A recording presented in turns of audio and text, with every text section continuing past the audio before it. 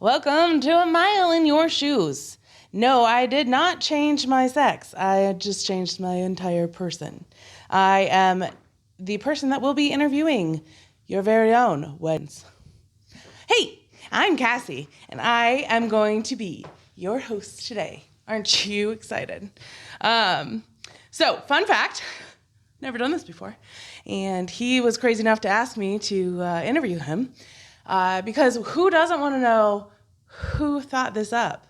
Who was like, hey, let's do a podcast and talk about other people, any people, all the people, to know about who and what and why diversity is important. So we are going to do a couple different things. First, hold please. I have to turn you around again. Hold on. For those of you that know how to read upside down, that was good. This is the secret word of the day. And that's important because if Wedge says it, then you get a prize. You just have to say it on the Twitter. So, let me see here. Come back to me. Okay.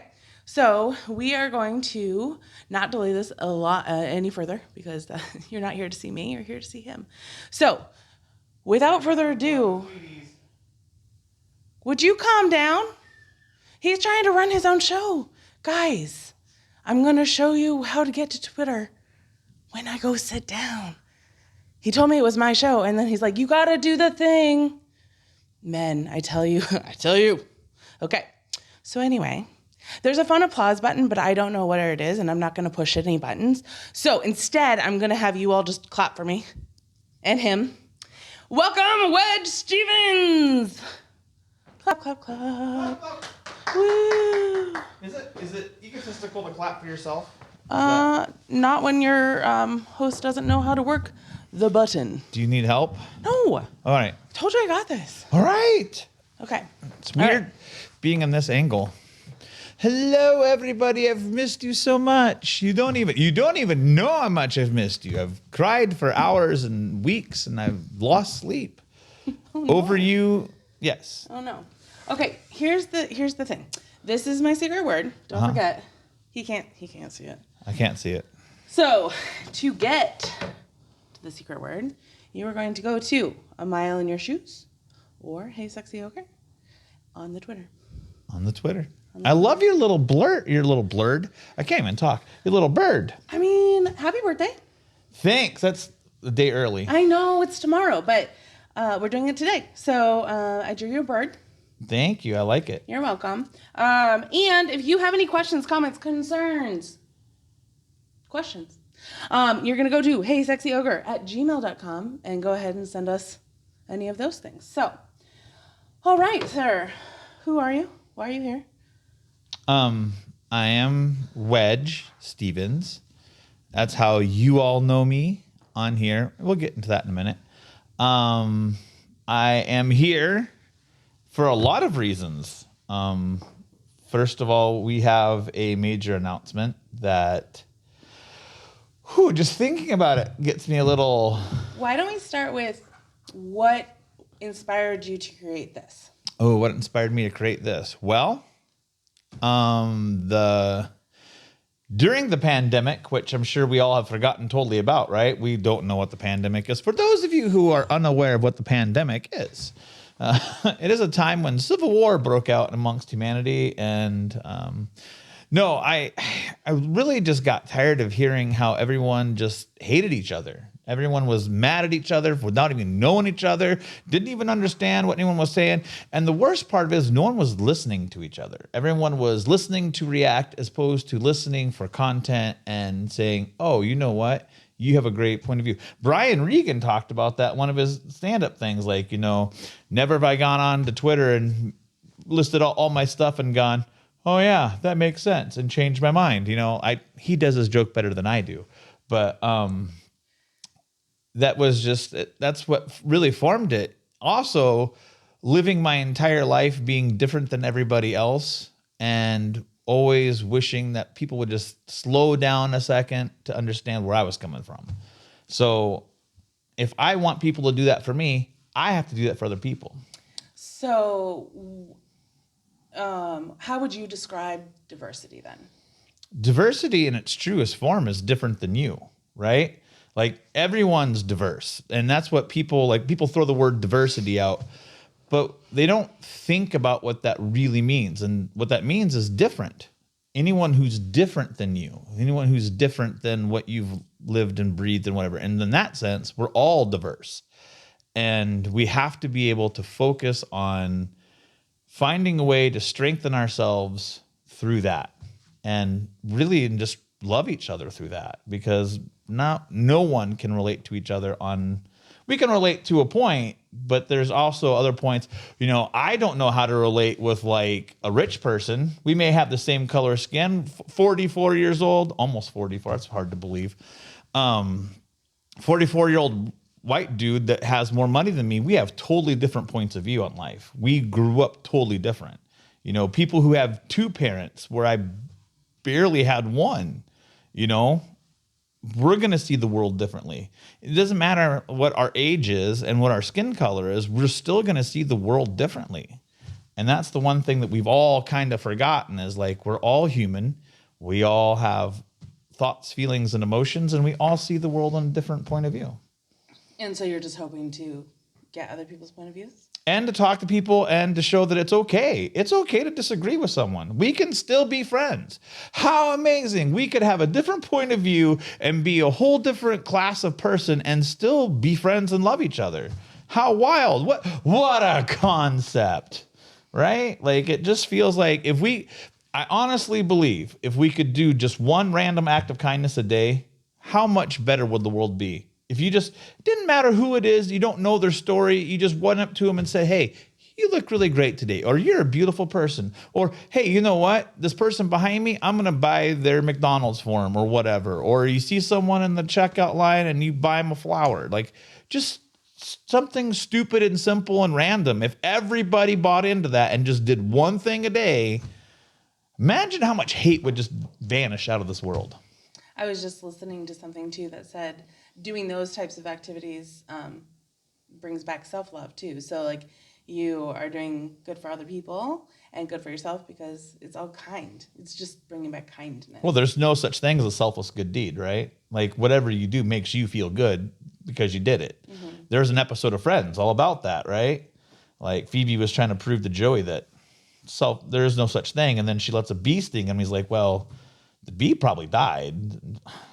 That's a very sad story. But I mean, the point is that there's no way to do something nice for somebody else and not feel good about it. Mm-hmm. Yeah. Okay, so that's kind of where your passion came for this podcast. Yeah. What you mentioned, like only having one parent. So, has that been your whole life? Whew. So I was to give you the full scope of things, I was actually born dead. Wow. They had to revive me. And so that caused a little brain functionality off skewing. When I was 6 months old, I was dropped on my head. So that further skewed the brain a little bit more. My dad, I didn't meet him until I met him the first time when I was 4, but I didn't really know that was him. So meeting him and knowing who he was, I was 12, 13, somewhere in there. And it was one of the biggest disappointments in my life. I got to spend a whole day with him, which was cool. That was awesome. And I was so ramped up about like hanging out with this person. And I asked him what his greatest accomplishment was. Like, what are you so proud of? And he's like, well, I've slept with like 600 women. And I was like, what? That's what you have to be proud of? Like, that's not really, no, I don't buy that. That's not good. My mom was in the military. So first of all, she was super young when she had me. She was 17. Maybe she was 16 when she got pregnant. It doesn't matter. She was super young and didn't have a lot of support from her family. And so joined the military, and she was pulled away a lot. And then the times that she wasn't pulled away, like my grandma was there, but then my grandma would get pulled away to go do whatever she was doing. So I didn't really I had the stability, but not really. If that makes any sense. Mm-hmm. Like it was like a tag team effort Okay. type thing. Okay, you mentioned your dad's proudest moment. Do you have a proudest moment? Ooh, my proudest moment. My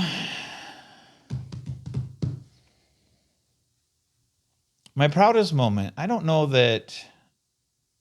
That's hard for me. And I say that not glibly. I say that because it's hard for me to pick out what the proudest moment in my life is. I screwed my life up really, really bad. And so I have a very negative connotation of myself. I would say that my proudest moment was being able to rectify some of the damage I've done and reconnect with my children. That was hard. It still is hard.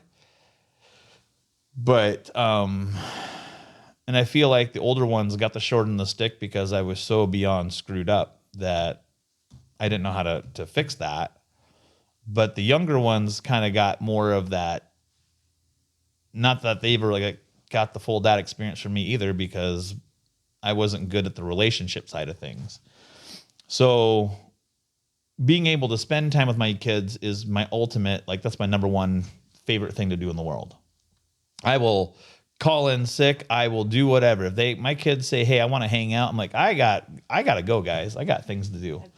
My kids are so important to me. And so I know that the older ones may disagree with that, but there's also a point where you have to, and this is something I always say to people, at some point in time, you have to own what you've done, right?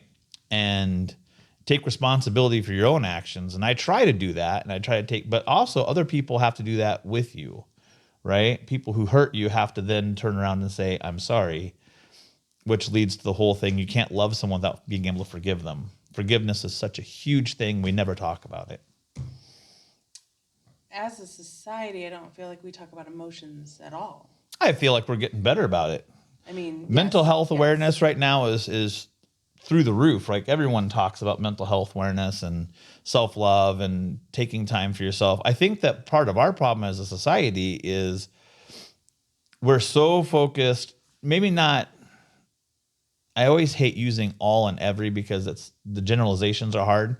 But as a society, I feel like Americans are so focused on money, what we have, getting better, as opposed to focusing on what we should be focusing on, like time with our family, time, building connections and relationships and things like that. Because if you do that, the money will take care of itself, especially from a corporate standpoint.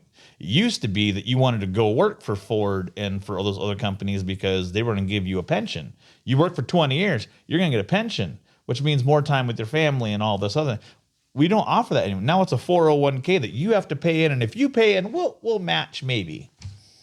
And companies have started treating their employees worse and eroding that relationship as opposed to building that relationship and trying to make it stronger. Yeah, I feel like we've definitely gotten lost. And you mentioned kind of getting lost, but you found yourself. Oh, I haven't found myself. Okay. Would you say you're in the process of? I would say that there's an ongoing journey. I mean, okay, so let's just, is anybody going to be like, I know exactly who I am? A lot of people. I think there's a lot of people know who they are. Well, then I'm still on my journey too. Yeah, I mean, I'm emotionally so far behind a lot of people, and definitely when it comes to the rat race and having money and all the things that people pursue, I'm way, way behind everybody. So when you look at it from that point of view, I'm a complete loser and a failure. But when you look at it from the point of view that I have a passion that I was not afraid to jump at, took a chance to make it happen, and try to love everyone that I meet, I think that's a success. I mean, you've hung around me enough to know that I've never met a stranger. Oh my gosh. Nope. We'll go anywhere and it's like, hey. Or my favorite though was when you didn't know that you knew everybody. Oh yeah, yeah. And then we're literally out anywhere and you're like, oh hi, how are you? How you been? And I'm like, who don't you know? Who don't you know? I don't know a lot of people. There's a lot of people, even in our town of Cedar Rapids. I don't know the whole town of Cedar Rapids. Well, I mean, I that know. would be very ambitious. I know, but when I worked, I always thought you were crazy when you'd say that. Like, you know everybody. I'm like, no, I don't. But then when I was working at the Colonels, and every single game I ran into someone I knew, I was like, and someone different than I knew. It wasn't like seeing the same person, though. It was every game seeing someone different. I was like, okay, maybe my circle is a little bigger than I think it is. Maybe I'm not crazy. Well, I mean, but that's the thing. Like, we define friendships weirdly now, right? Because I don't consider myself to have, I know a lot of people, right? Are they friends that I could call 3 a.m. and having a meltdown? Probably not, but there's people that I know, and I know a lot of people, and I've impacted a lot of people that we can be friendly with each other on the streets and whatever. I mean, quality over quantity. I mean, sure. Sure. So, let's see. What else did you mention that we could? We should have had a timer because we're supposed to spin the wheel every 15 minutes. Well, we could spin the wheel. I don't know what time it is. Me being the person who's being interviewed, I feel like it's unfair to win prizes. So I designed a wheel specifically for you. And I think this is going to be fun. This is my show. This is your show. Do you want me to give me my prizes that I paid for? Do I get to win my own stuff? Yeah, good job, you. That seems preposterously wrong, and in some ways embezzling. Oh, well, I mean, because if you're buying if you're buying prizes for other people to win on your show and you take them, is that not embezzling? I don't know. I don't want. That's a lot of overthinking. I don't want the IRS to come after me like, hey, you took that soda, you're going to jail for 30 days. It's not worth it to me. No, but I did design a wheel. Oh, goodness. Well, now that we've talked about said wheel. Yeah. Oh, but we will plug companies that I like after we spin the wheel. Great. So that I want to see your reaction to some of these. Okay, I don't know what's happening, so you're gonna go on this adventure with me. Here we go. You're supposed to. All right, it's your show. That's fine. Making out is fun. Don't you agree that making out is fun? Making out is a really good time when you have someone that you make out with that you like. I think that's a good. Don't you agree? Making out is fun. Yeah. Yeah, It's a good time. And at this point in time, since we're talking about making out, I don't really have a good transition to this. Okay. We should definitely promote our charity because our charity is all about love. And I didn't have a charity wheel today because I suck. But today we're going to do Better Together, who, by the way, I've tried to get anyone who doesn't know about Better Together. They are 2 sisters of Asian descent who have put together a cat shelter in Vinton, Iowa. And they are amazing with their animals. Their hearts are ginormous. I can't even say it without choking up. They have big hearts. I've asked them to come on here and talk about their story. They won't do it.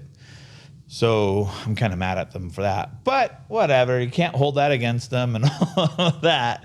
But if you need a pet animal, they actually do the research on who is adopting the cats, and they try and pair them with the right fit for the cat personality. They know their cats inside and out. And they are a delight. So if you need an animal, check out Better Together. They have all kinds of great little furry friends that need new homes. I can't speak. So I feel like a lot of people don't want to come talk. No, it's absolutely true. We have not filmed in almost 3 months because I cannot get anyone to come on and talk. People just don't want to share their stories. I don't understand it. They're like, well, my life's not fascinating. My life's not interesting. And I'm like, bull crap. Your life is super interesting. I want to hear all about it. I want to know the weird things about people's lives. Like, I want to meet someone. I didn't ask Jerry this. I should have asked Jerry this. I think he's the only, no, Karimi's but she talked about this. But I also want to know, I don't want to know how you guys met. I mean, that's great. Let's talk about that. But I want to know the moment you knew this was the person you wanted to marry. What was that moment? Like being, oh yeah, I want to see that person naked the rest of my life. You know, like that's that's the only person we're gonna make out with is this one right here. That's what I'm curious. I like the little weird details, like that kind of thing. Like, you know, do sex scenes make you uncomfortable in movies? You know, let's talk about some of this random crap that no one else talks about. That nobody else talks about. That literally, because, well, no one else thinks of this crap. Well, that's why you decided to talk about it. Yeah, but we have, like, I don't know. Like, I feel like I'm a failure in that sense because I can't get people to come on and talk. The idea behind it was to eventually get it to where we were doing a show a day. Every single day, talking to someone 5 days a week and kicking out episodes that way. Hasn't happened that way. Well, I feel like all adventures take their own paths once they get started. So. Well, I started this, and my path so far has been started off good, and now it's like the hill climber on The Price is Right. Well, but here you are still doing it. Yeah, with you hosting and me being the guest. But people need to know who you are. I don't know if that's true. You wanted them to know something about you. Well, the thing that I've struggled with over the last couple months, not just recently, but over the last couple months, is that I felt it very unfair to have someone sit in this very chair and reveal who they are and talk about their life and talk about their history, and me not do the same thing. Right. And be completely honest about it. So I gave you the opportunity to grill me. Yeah. So. Are you cooked yet? I mean, in some ways. So, on this adventure to getting here, you had told me that it was something that you just woke up and wanted to do. Like, it motivated you every step of the way. I'm lost.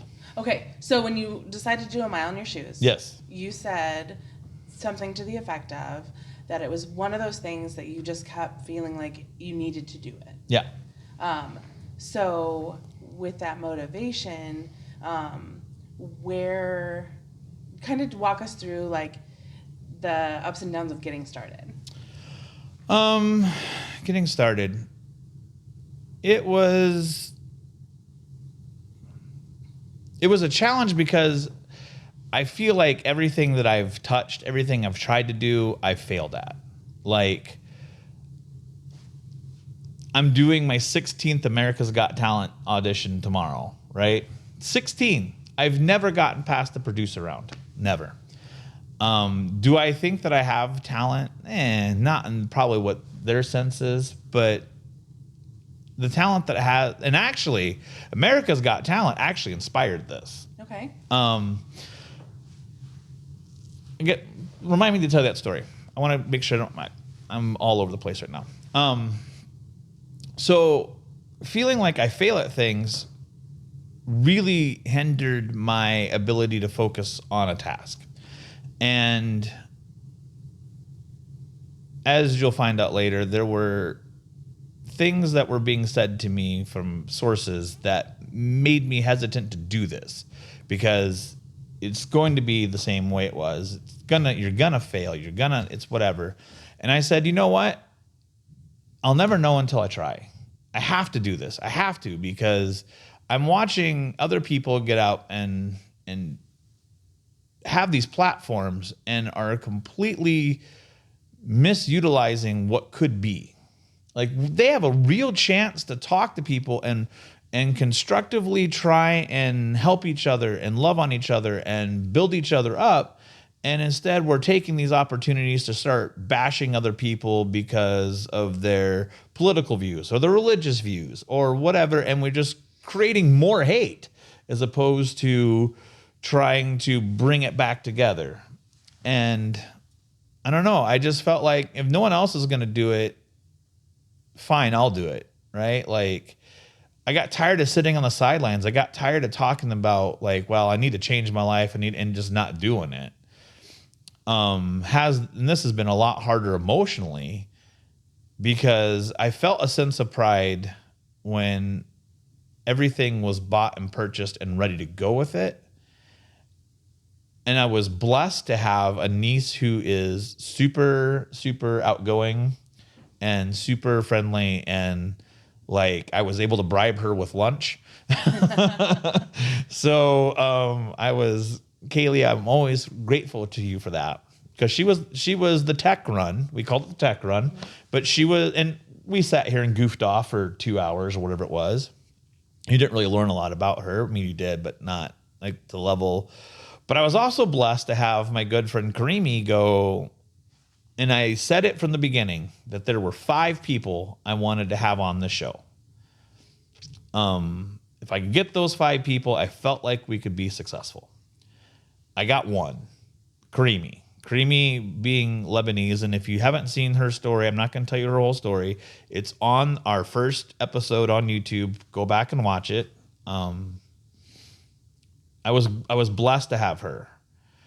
I wanted Jerry because he's Jewish and he's from New York and he was at 9/11 when that happened. And if you haven't heard his story, you need to hear his story.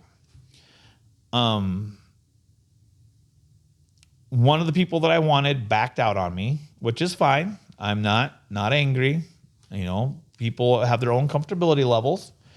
One of the other ones is his name is Darwin. He literally changed a whole town.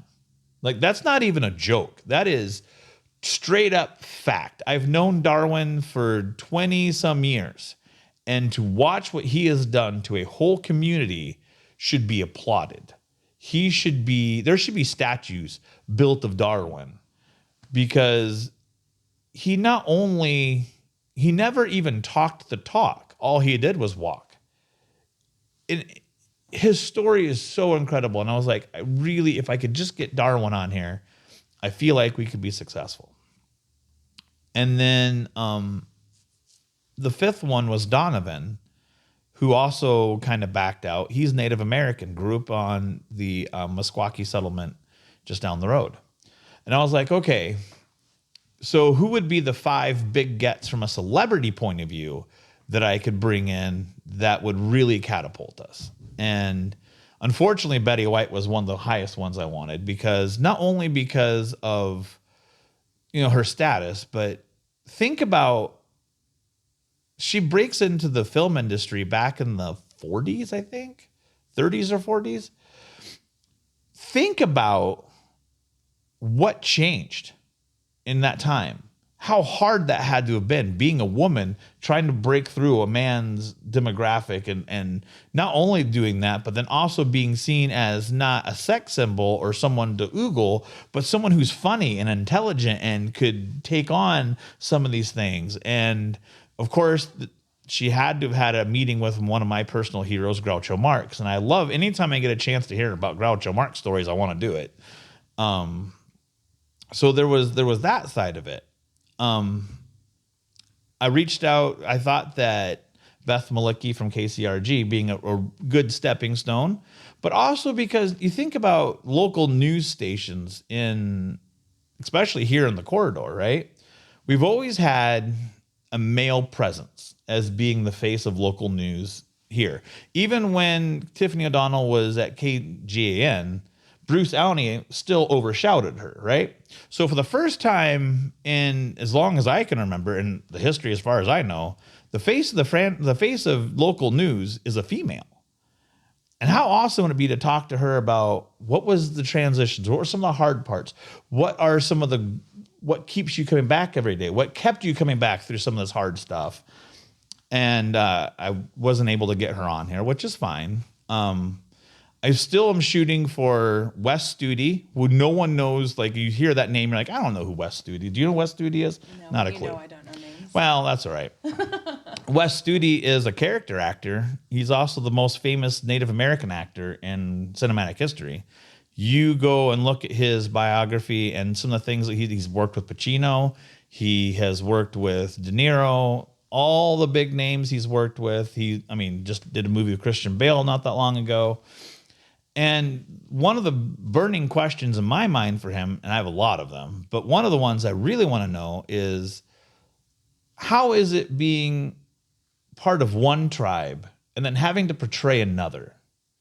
What are some of the things that you have to do and learn about being a member of another tribe to represent them accurately or in a way that won't be offensive? That's something that's just really been on my mind.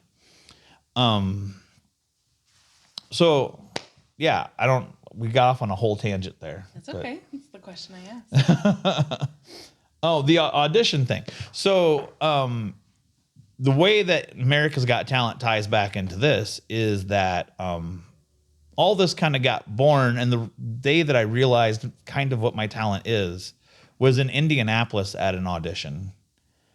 And at that audition, it was a little different because they would have you in the big, huge room, and then they took you group by group, and then as you approached, they broke you off into different groups, and groups of 10 would go this way or whatever. This time, they took you all big group, and then they took a smaller big group and put it here, and then they held you here and then pulled you 40 by 40 out of there. And so I've always gone to these things alone because I'm just used to being by myself. We'll get into that in a second too. And I was just standing there, and this little boy was over here, and he was like, "I'm just so scared to sing in front of the people." And I said, "Wait, you're scared?" And he's like, "Yeah." I said, "To sing in front of people?" He's like, "Yeah." I said, "Well, sing in front of me." And he just kind of looked at me like, "You gotta be crazy." And I was like, No. Go ahead, sing for me. And he's like, "I can't." And I said, "You know what? If you can't sing for me, you can't sing for the producer. So you work up your courage, and when you're ready, you come back and you sing for me, and I'll help you get through it." And he goes, "Really?" And I said, "Yeah." And his mom kind of looked at me, and she just kind of nodded. And I was like, like she understood what was going on. So he goes back to his mom, and literally 10 seconds later, there's this little girl, and she goes, "Well, could I sing for you?" And I said, "Absolutely. Please do." And so she sang as loud as she could in this room of 150 people. And a few people politely clapped for her. And I was like, okay. And then this little boy, "Hey, could I sing?" "Sure, please do." And he did his thing. And then the applause got a little louder. And next thing you knew, after about 10 or 12 of these little things, we had the whole room clapping for each other and supporting each other. And I was like, this is awesome. If nothing else happens today, I am so glad I'm part of this moment, because to see people from all walks of life through wherever doing this for each other, this is amazing. This is awesome. This is what support and being human is supposed to be, right? We help each other rise up to the moment and celebrate with each other. That's what it's supposed to be. And in that moment, that groundwork for all of this kind of got laid. Even though I bombed horribly, because I was so focused on helping everybody else, I forgot to work on my crap. And then You're really hard on yourself. Yeah, no, it's not. See, that's the thing. People say you're hard on yourself, right? But when you don't have the results to back it up, it's not being hard. Sometimes it's being truthful. Okay. I did bomb that audition. It was awful. That was one of the worst auditions I've ever had in my life. Okay. But, that's fact. Okay. But in general, even throughout this conversation, every time you talk about somebody else, you're like, yes. And then you start talking about yourself and you're like, nah. Okay. Well, but part of that comes back to, all right, so a little bit more about my story, So my dad leaves when I'm 6 months old. My mom can't explain it to me, which is fine. So you still kind of blame yourself a little bit, right? Like, was I a bad kid? Did I do something? And then that idea that is completely stupid and like dumb, right? Like, you should never think that your parents splitting up is your fault, because you probably had nothing to do with it, right? But then you go on to that when my sister's born, and she's completely fond over it, and I get pushed further aside, right? And I don't say that because I'm trying to like be mean to my sister. I love my sister. My sisters are great. But my mom finally got the little girl she'd always wanted, right? And she finally had this thing that tied up her life, and I was more of an inconvenience. And that has been said to me. So it's not like I'm making unfactual statement. That's something that was literally said to me. And then you go from there to being like, my mom started losing time for me. You know, the one goal I scored in my 6-year-old soccer team, she missed, right? Because she was doing other things. And I'm still mad about that. Well, I mean, it happens. But then you go into my child abuse,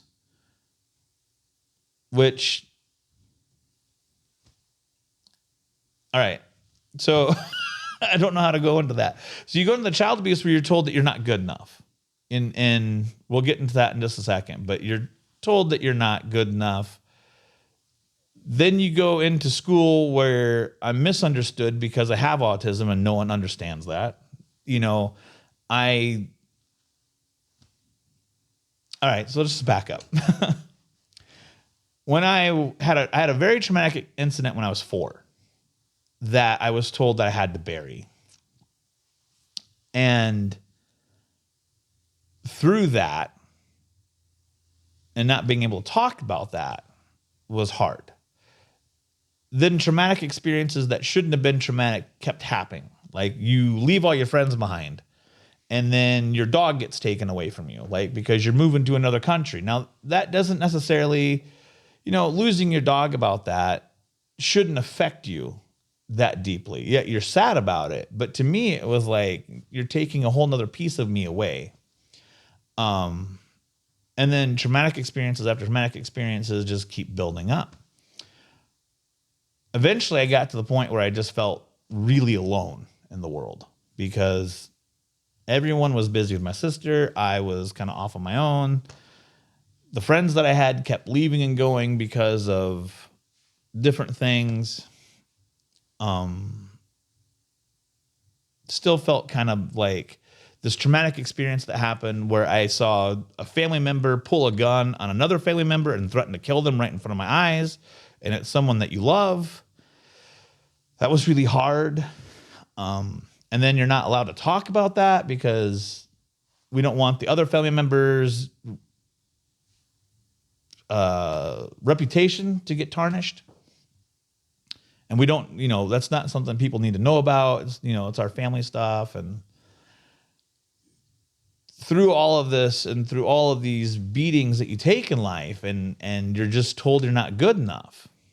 And then the child abuse happens when my mom marries my stepdad.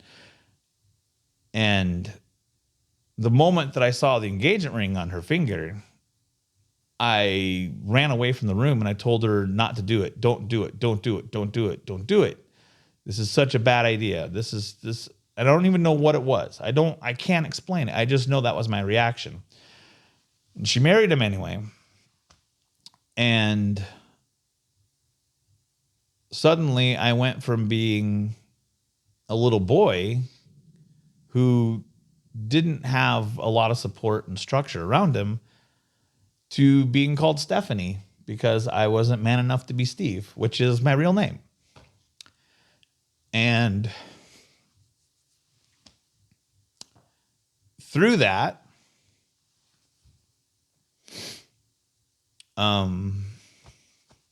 came some different things that happened. Which is kind of the reason why we had to do this conversation today, just because going back to the whole, you have to be honest about who you are. You have to be honest about, I have to be honest about who I am if I'm asking other people to be honest about who they are. And through all of that, I developed this thing called dissociative identity disorder, which in layman's terms means split personalities. It's more complicated than that, but it also it just is what it is. So essentially what happened is the imaginary friend that I had, because I had nobody else to develop friendships with, and a lot of kids have imaginary friends. Mine just started taking over my body and allowing me to talk outright to it. And so, because honestly, I just didn't know how else to deal with it. Being called Stephanie for 3 years, being raped, being beaten. When I say child abuse, I mean, you take the worst thing you could possibly imagine, and it probably happened. I mean, I got held out a 3-story window by my neck, looking straight down, and him telling me that he could drop me right now and I would die. My mom wouldn't miss me, and he could get away with it because no one would believe that he did it. That I was such a fucked up kid that they would just think I jumped because I'm a coward, you know. I ran away from home 3 different times. I told my teachers about it. I told the military about it, and he kept getting away with it. No one did anything. Told my grandmother about it. She didn't believe me. So that whole thing led to kind of this weird thing where I had no one to rely on but myself. And through that, developed different personalities, identities, whatever you want to call it, that have different functions. And so actually Wedge Stevens is one of those. Yeah. Which is weird, but it is what it is. I know there's so much to unpack there really here. is. There really is. Okay, so I'm just gonna go back to the question I've been holding. So you mentioned having autism in school. However, at our age, autism wasn't really a thing. Right. So you were what we called quirky? A quirky kid? Oh, beyond quirky. Okay. I was fucking weird. Okay. So when did you actually are you formally diagnosed? Yeah. I got diagnosed in college. Oh, okay. And that's when you found out About certain? Yeah. Okay. Yeah. And then My psychology professor picked up on it, and she gave me the test and all of that. Okay. Yeah. So it took you all the way to college to know why you were a weird child. No, because I already knew about the d.i.d. Like, I was living with multiple personalities inside of myself. So I knew that I was different from everybody else because no one else had that. Okay. And the times that it manifested itself in uncomfortable situations then brought ridicule from the kids at school. You know what I mean? Mm-hmm. So I already knew I was different and weird and quirky and all of that. The weird thing is I didn't care. Okay. I didn't care that other people thought that I was weird and quirky and whatever. Like, either you like me or you don't, you know? I can't control that. All I can be is me. Who that is changes sometimes moment by moment. It had gotten a lot better, but then recently it's changed a little bit, I guess. So I've always known that I was quirky and weird and different, but I also just didn't care. Is that? Mm-hmm. But you've also had these different identities the whole time? Since I was 11. Okay. And they just kept adding up, question mark? Yes and no. Sometimes they would manifest themselves to be there just long enough to get you through whatever it is that you need to get through. Sometimes they hang around for long periods of time, and then sometimes they change and come back, type of thing. The first one that developed was female. Okay. Because I felt like, even at that state in my time, that a wife is supposed to be the person that would never leave you, right? Like that's the solidifying. When you get married to someone, it's forever, and so you're going to be together forever. At least that's the theory.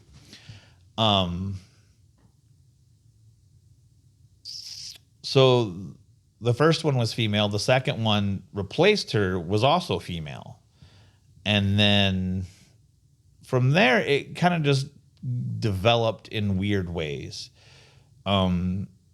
Boyhood friends to try and get your masculinity up, but you don't really know how to do that without having a male role model. So you kind of come out weird. I mean, the list of things that I suffer from is a mile long. I have dissociative identity disorder. I have PTSD, which I always wanted to not deny, but just I felt like that was something that I shouldn't have because I wasn't qualified to have it in a weird way. And then I have borderline personality disorder. I also have an ultra rare autoimmune disorder called sarcoidosis, which I thought was cancer when it was first found, which then spent 18 months on prednisone, which helped grow this. So, I mean, one of my friends always jokes with me, and she's like, can't you just for once be normal? And I'm like, because everything that I get is super rare. It's never like, oh, you just have the flu. It's like, no, you've got the 24-hour Ebola virus that's going to mutate into, pneumonia. I don't like that word. Normal. What, normal? Yeah. I mean, what is normal? Well, I don't know. Right? What I do think is funny is how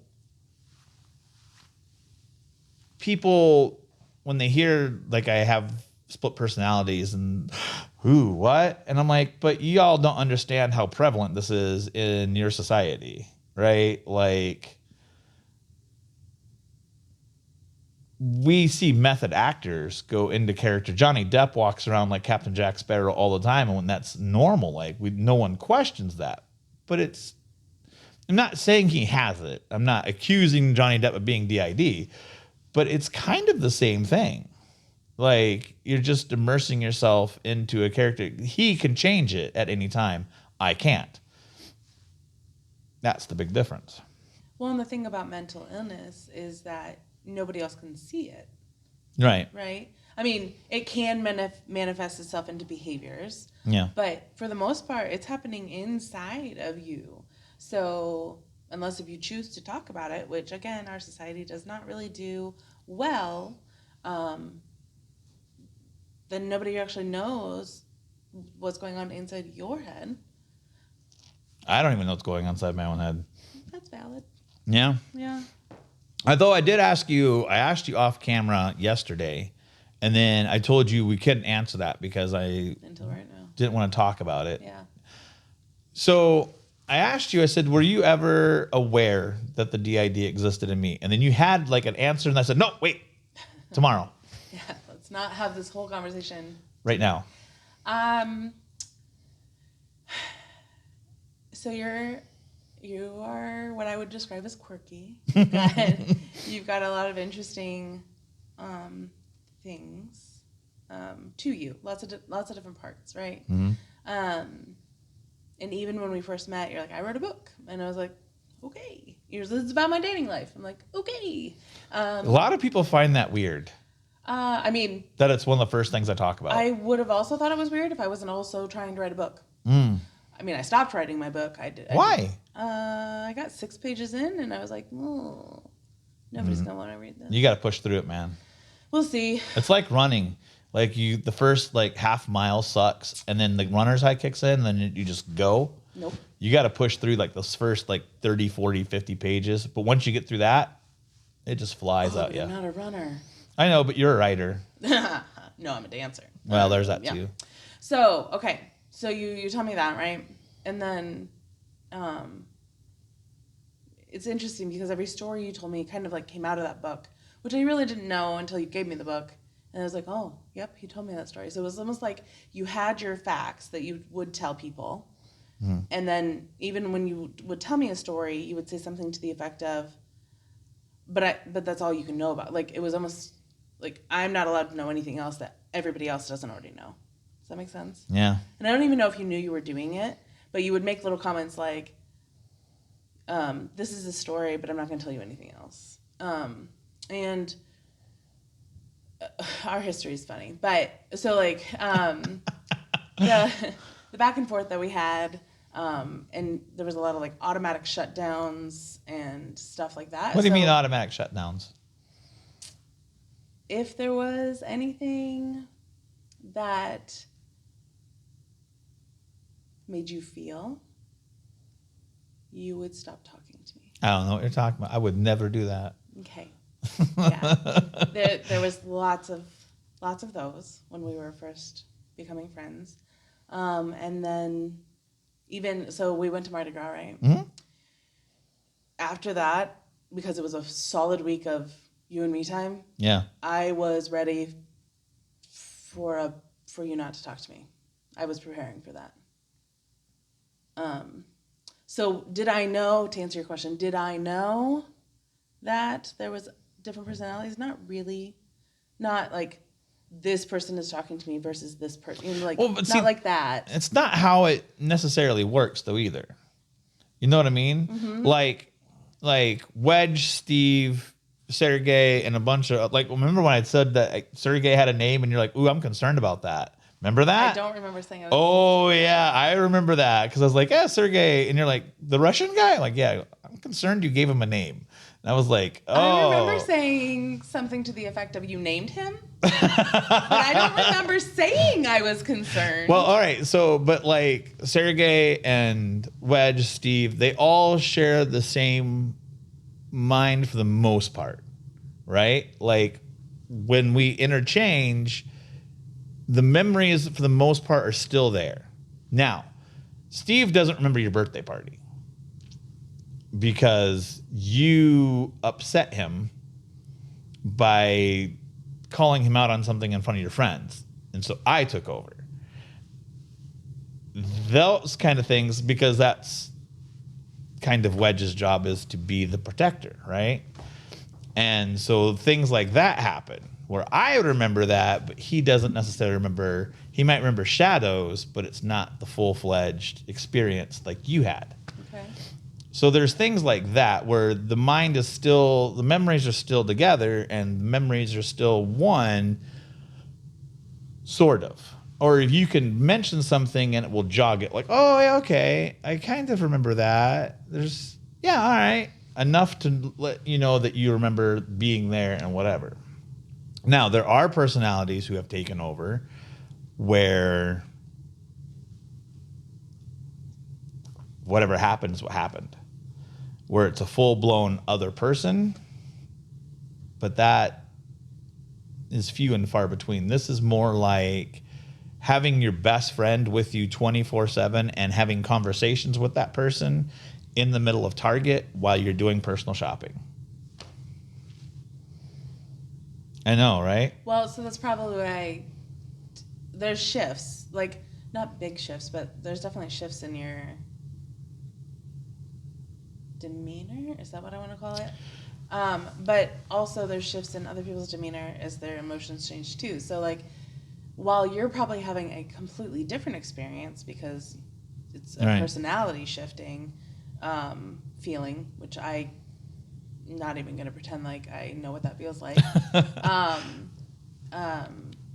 Like I know when my emotions shift and I'm done, or I'm like, oh my gosh, is that for real? And then I get elated, like, so those shifts happen, but this is more like those kind of things happen too.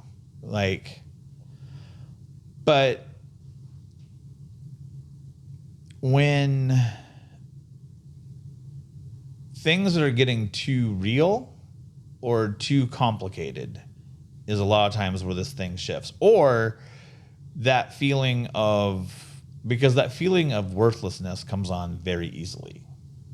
And the way that we have learned to deal with that is through humor, which is why we make fun of ourselves a lot, because as it's been said out of this very mouth, no one will hate Steve more than Steve hates himself, right? Well, that's pretty accurate. But you have to remember that through child abuse and through his sister being born and through all of these different things that have happened, he's never been told that he's worth anything. You know, like girls break up, well, you suck or whatever it is. And there have been times where it has been, my fault or whatever, and it is just what it is. But there are other times where no matter how hard you try, you just can't live up to the expectation that's set before you. Or you're just the rebound and you don't know it. The person that broke the heart the hardest was one that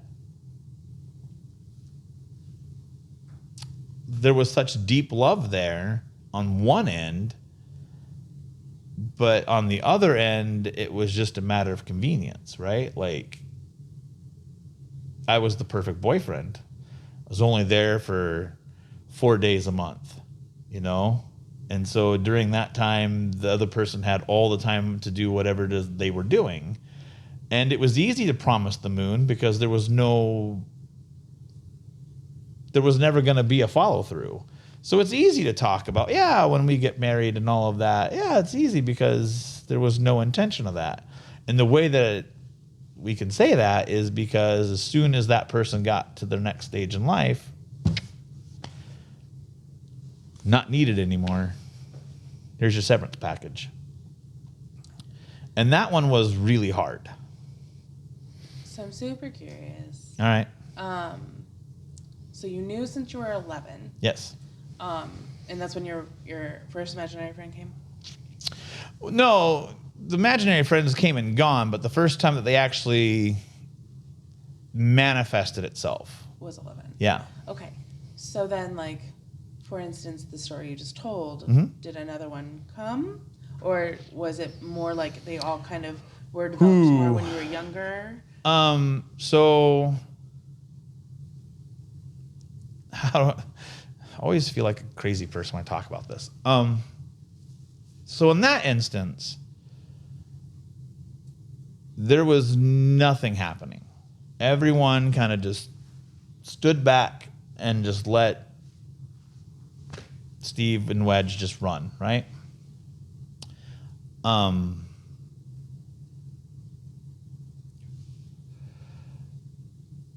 The moment that it felt like she's playing us, I started to try and build up a defense. It didn't work really well. The moment that she ended it was such a heartbreaking, traumatic experience. Now, understand something. She and I had been messaging for 6 months or whatever. We had a 6-month relationship. Before we started messaging each other, or before we actually met, there was a website that allowed you to answer questions about each other. And I think we answered like 1,200 questions or something like that. We were at 97% compatibility. So there was obviously something really strong there, at least on my end. It was a weird relationship in the sense that I fell so much harder and so much faster, but I also didn't express it until, like, it was the one time in my life where I was like, I have to know before I know, before I say this, that I actually know what I feel. And so it was 2 weeks of waiting, like really soul searching. And yeah, that was the moment that it started to feel like, something's not right. The defenses tried to build up, but it just didn't work. So after the aftermath of the breakup, So there's 4 different stages of disassociation. There's dissociative amnesia, dissociative, I don't know how to say it. Is it Fugue? Fugue, however you want to say that. There's another one, we don't have it. And then there's dissociative identity, which ties back into amnesia. And dissociative identity is when a personality completely takes over and you have no idea what's happening. Dissociative Fugue is more like that feeling of, you ever driven somewhere late at night, you're kind of tired, and you don't really remember driving from wherever to home? They call that road amnesia? No, right. Hypnosis. Okay, so it's kind of like that experience where you know you're doing something, you just don't really remember as it's going by. Well, after the breakup, and I mean after the breakup, there was so much chaos inside that there was no way to control hardly anything. And that was the last time that I can say for certain that dissociative identity took over. A whole different person just whoofed. But it was a defensive person, and it was meant to defend the emotional reactions. And so that person said things to her that were hard. No one knows what was said, really. I know there was an email sent. I don't know if I could even find the email. There was a lot of accusations that were put, but some of it was factually based and actual, just based off of the feeling. It was, part of it was actuality, like, we feel this. Other parts of it was, we don't want you to ever talk to us again, so we're just going to say things to make you never talk to us again. And then the hard part is that, you know how you break up with someone and sometimes you want them back? That feeling was still there, and it's like there's that constant battle. And then you mix in the borderline personality with that, which is not this. Borderline personality is an intense fear of abandonment and other things. There's a lot going on, and it's hard to juggle all of that.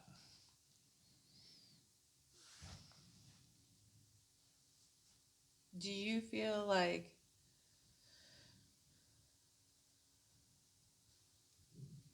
I don't know how to ask this question. Straightforward. Well, I know, but like I don't even like there was, you know, when you're like, I have a thought. Sorry, hold on. You know what I mean? Like Yeah. you're like, I don't know which direction to go. I told you to bring a notepad. Nah. I didn't know what you were gonna say. How would I prepare? I'm gonna prepare for. Well, you could have been writing notes down or little questions as we were going. No, we're fine. Okay, I'm just gonna ask 2 questions, and then you can go whichever direction you want to go. All right. How often is Steve actually Steve? And do you feel like you're constantly fighting those other identities? I'm going to answer the second one first. Okay. No, there's not a constant fight because everyone's working for the same goal. We want Steve to be happy. Okay. You know what I mean? Like, ultimately, that's the goal. So there's not a constant fight because at any point in time, Steve can be Steve. Steve knows we're having this conversation. Steve knows what's going on, right? Like, I'm not a whole different personality. I am, but I'm not. Like, it's cognitive and whatever. How often is Steve Steve? A lot of times, the differentiating marks are subtle. The big one, and the one that we all had to kind of agree on, is everyone needed to have their own voice so that there is a distinctness to it, but also a quirkiness to it. The only exception to that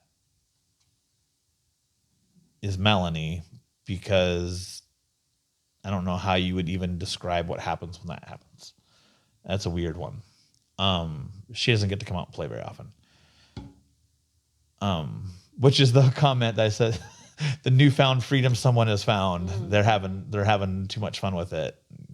Why don't we paint your fingernails? No, don't even bring that up, because it's gonna end up happening. Let's not even tempt temptation. So a lot of the transitions happen through vocal, and sometimes it's not even vocal. Sometimes my accent comes out through his mouth without realizing it's happening, not because it's a transition, but just because when you get used to talking a certain way for certain long periods of time, sometimes it just happens that way, right? Like, you yourself have spent more time with Steve than with me or anybody else. I know that's weird to say it that way, but yeah, it's hard to explain. A lot of times it's little ticks. Like, if you ever hear him sing, the best time he'll ever sing, he's strumming a guitar. That's the way it is. I mean, never will I say that this person can sing very well.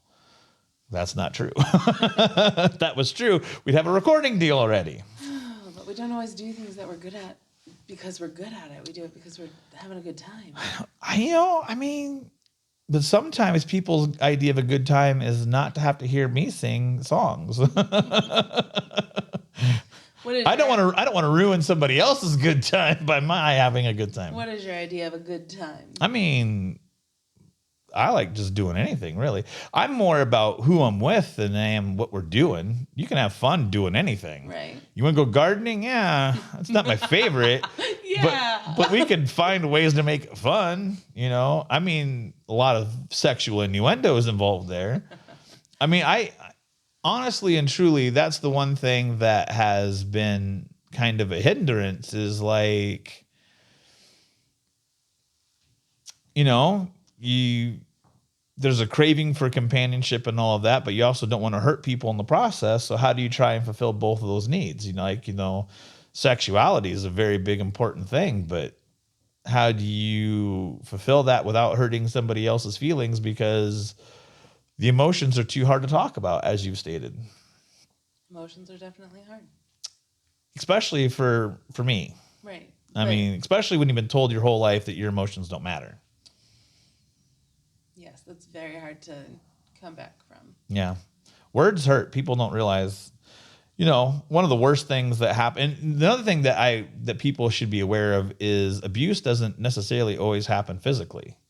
I had a girlfriend that emotionally abused us, found out, like, okay, so if we're just going to be completely honest and 100% point blank, there's an issue, believing that maybe the penis isn't as big as it should be,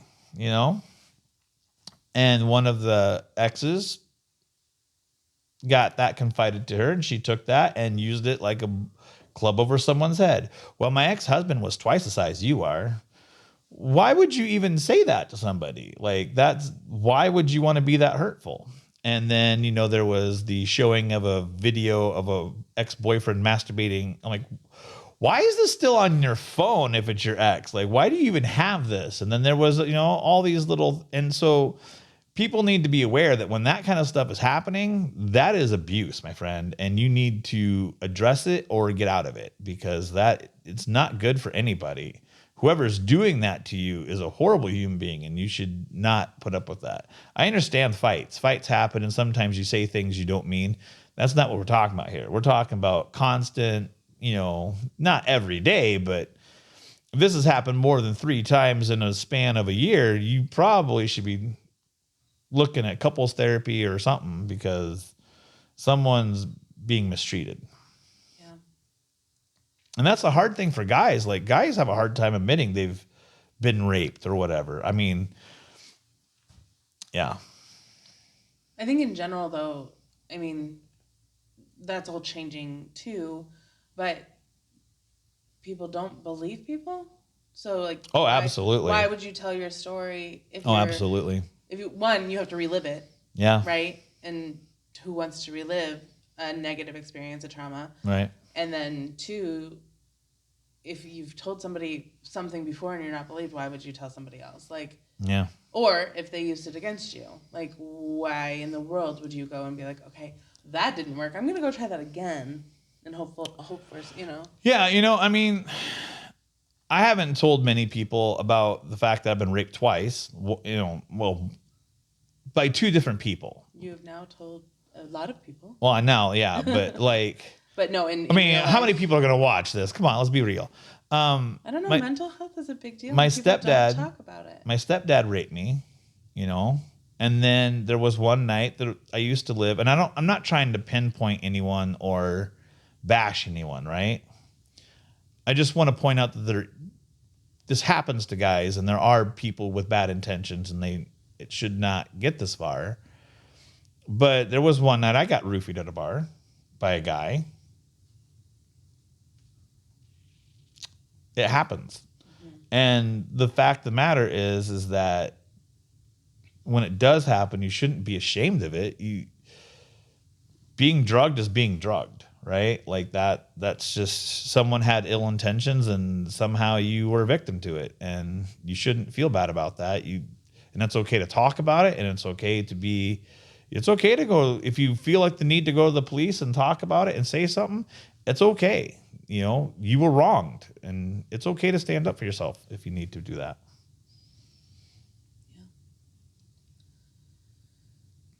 Yeah.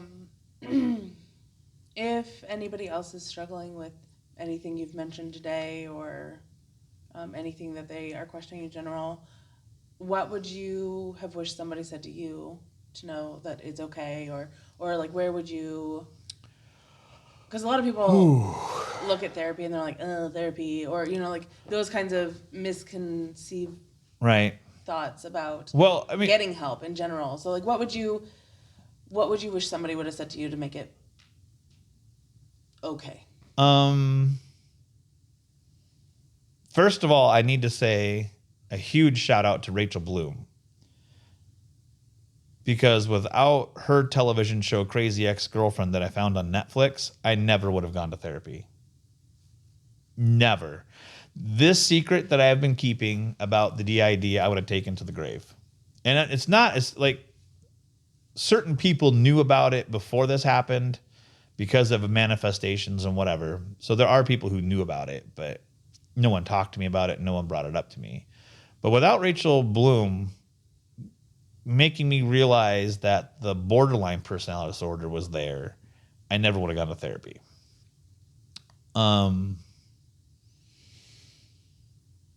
I guess what I would wish that someone would have told me, I never would have believed them anyway. There's that piece. Is that it really does help. And it's important to understand who you are. It's important because not only is it important to understand who you are from the sense of you start to kind of look at yourself and go, oh, this makes sense why I do that or why I've always done this. And then you can start to kind of correct it. Now, I'm bad at that part, the correcting part, especially when it comes to spending money and doing things over the top and all that. And by the way, the people who haven't gotten your prizes from the giveaway, I am so sorry. They will be getting sent out to you. Clearly, I've been dealing with a little bit of stuff. So I apologize. Well, because right as the competition was ending is when I did. So let's back the train up. December 27th is when my therapist wanted me to do a mental evaluation. What she was looking for, she didn't tell me what she was looking for. And of course, me being like, I just want to learn more about myself. I'm like, yeah, let's do it. And she was looking for PTSD is what she was looking for. But the dissociation identity disorder was also diagnosed on the same test. It was no longer a secret. And her and I have had several conversations, and she actually was like, never in a million years would I've ever imagined I would see this on your report. And that led to a few conversations and sessions about all the stuff that's going on. And it became, the last 3 weeks have been so emotional that it has been a victory just to get out of the house because it's just so overwhelming. It's a lot. It's a lot right now. There's a lot of feelings and emotions, and there's a lot of questions. And I know that there are people out there with questions, and I know there's going to be people with accusations, and I know there's going to be all kinds of things. And the one thing that I wish that people would have said to me, though, is, and actually meant it, I'm here for you. Anyone who's got a question, you can email me. We've told you how to email me. You can email me. You can tweet me. You can whatever. And I'd be happy to try and talk to you or whatever. I can't help everybody, obviously, but if anyone needs something or they feel alone, and that's one thing that I think that we really struggle with too is, suicide. I'm a 2-time suicide survivor myself. I'm a former self-mutilator. You've seen the scars on my arms and everywhere, and I got over 150 different scars on my body from it.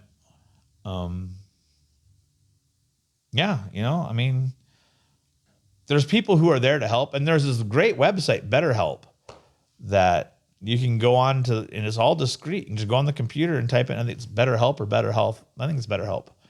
But you can go on there, and there's online psychiatrists just waiting for you. You can just start talking to somebody, and if you don't like who they are, you can move to a different one and try them. So the nice thing is right now there's so many resources available for people, and that's really important. And then just knowing that accessing them is the first available. step, right? Yeah. It is important that no one can make you do it, right? And you have to be able to do it on your own. But it's important. AA, the first step is admitting you have a problem. And that's where it begins. You have to learn and say, yep, I got an issue. I need to address it. And I really hope that anyone who does need that does it. All right, I'm just going to be obnoxious here. I'm going to remind you how to get a hold of us if you need anything. Because, we talked about it a long time ago. So if you need anything, we're here. HeySexyOgre@gmail.com. You can find me on the Twitter. I also have to thank you, though, for allowing Dance Garage LLC in Cedar Rapids to help. You guys host this for me, and then you actually came and actually hosted it. I came and hosted it. You actually allowed me to film in your studio, which is a beautiful studio. And if you don't believe me, you should come dance with her. And if you mention you saw Sexy Ogre, you get a free class for free. All of that is true. When we started, not to talk about myself for too long, but you should. When we started, the community came together and made us, right? So we want to give back to the community. So you're trying to give back to the community. Why not? This is all about helping other people help other people. Hey, remember we took a trip to Mardi Gras, right? Mm-hmm. We're bringing Mardi Gras to Cedar Rapids. What? February 26th. Yes, what are we doing? We're having 2 Mardi Gras parties. One family-oriented Mardi Gras party. Woo woo.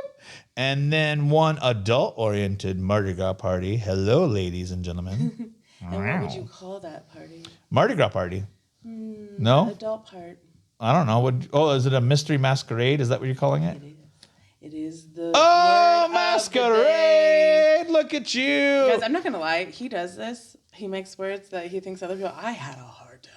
I was like, what in the world might he say? Mine usually take about 5 seconds. I spent 20 minutes. Not writing it, thinking of it. It's beautiful penmanship. Well, thank you so much. Yeah, I am an occupational therapist and work on handwriting. Oh, hey, you know what? I'm going to spin this again. Okay. But if you put... what the French toast? What a weird one that landed on. I almost put French toast on there. Did you? Mm-hmm. What the French toast? But I don't remember. They just say they saw this on Twitter? Yeah, you just say you saw that on Twitter and you win a prize. Or one of you will win a prize. Okay. Yeah. You have 30 days. All right. That's... It says, we love you. Oh. How weird is that? That would be the one that landed. I had all kinds of weird ones in here. I have hugs and random acts. If I ever start a charity, it's going to be called Random Acts because I believe in random acts of kindness. Yeah. Support you like a bra. Want to be an emotional bra? In fact, I have one that has a, where is it? I drew the bra. Where did it go? Here? Oh, there you go. Yeah, emotional bra. That looks like a wing. Well, it's upside down. More love in the world. Love is stronger than hate. Is this a play on your d.i.d? Or are you just telling the world you love them? Both. All right. Actually, it started off as a d.i.d thing. It some of these I don't remember writing, actually. George and Jilly's right there, though. But that was kind of weird how that one landed the way it did. I mean, everything happens for a reason, yes? I mean, that's what people say. I don't know if I buy that. Well, sometimes I don't like that saying because it doesn't make sense. But my grandma said it a lot. And so it just kind of sticks with you. Yeah, I mean, there's a lot of things when people say everything happens for a reason. I go, man, there's a lot of things in my life. You please explain the reason to me. The rationale is hard to find. I don't understand that, but yeah. All right. Are you excited for this masquerade party?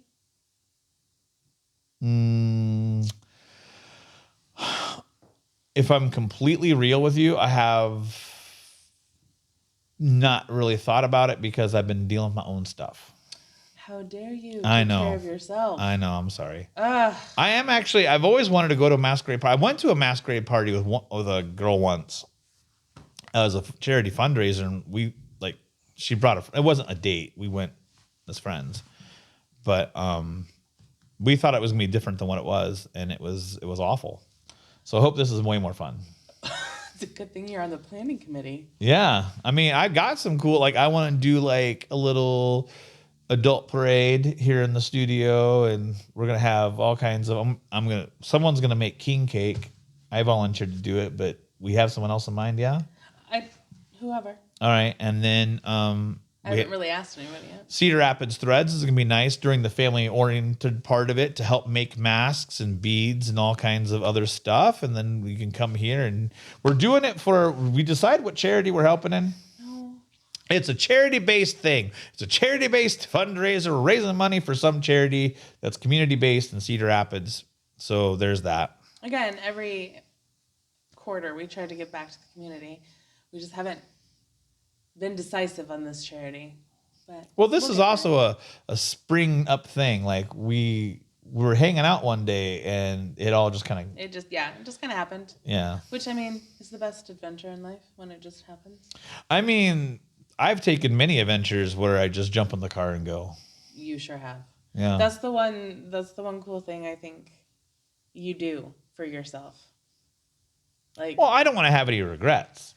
Well, right. And correct me if I'm wrong, but you said that your sarcoidosis, you thought it was cancer. Yeah, lymphoma. And didn't you tell me that that's kind of when you decided that you were just going to do things?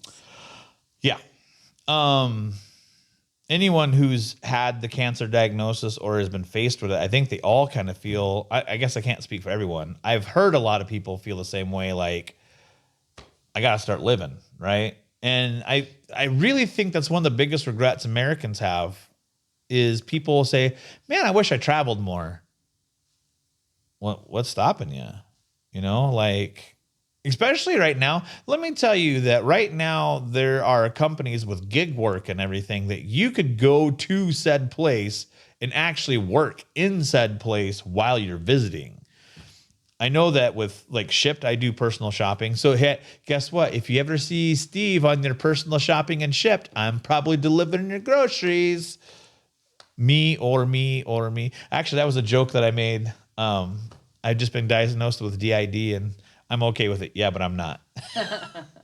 My buddy Eric, he was like, when I told him about it, he was like, so does that explain why you have so many cats? I'm like, what do you mean? He goes, one for every personality. I'm like, you jerk. Oh, you dirty rotten. No, it was actually really funny. How many cats do you have? That are mine? 4. That are How many cats live at your house? 8. And whose cats are they? Well, 4 of them are mine, and 4 of them belong to my children. And then there's also a dog. A dog, like you don't love her. We've had a rough couple weeks. She bit me in the face, and that has been kind of rebuilding trust. Yeah, you told me about that. Yeah. She's had a hard life too, you know. She was abused pretty badly. She was a former dog fighting ring dog. They used her for breeding. I feel like all your animals have a unique story. Just I mean, Turkey was just on TikTok because of her no ears. She's missing both of her ears. Tamar, the one that just died, she had one eye. Ellie has one eye. Shadow was pulled literally off the street. He was living outside the Cold Stone, and my son and I were having ice cream, and he popped up out of the shadows, and we took him home with us. Dottie doesn't have a weird story. Hers is pretty. Peanut. But you still got her from a shelter. I did get her. All of them are shelter pets.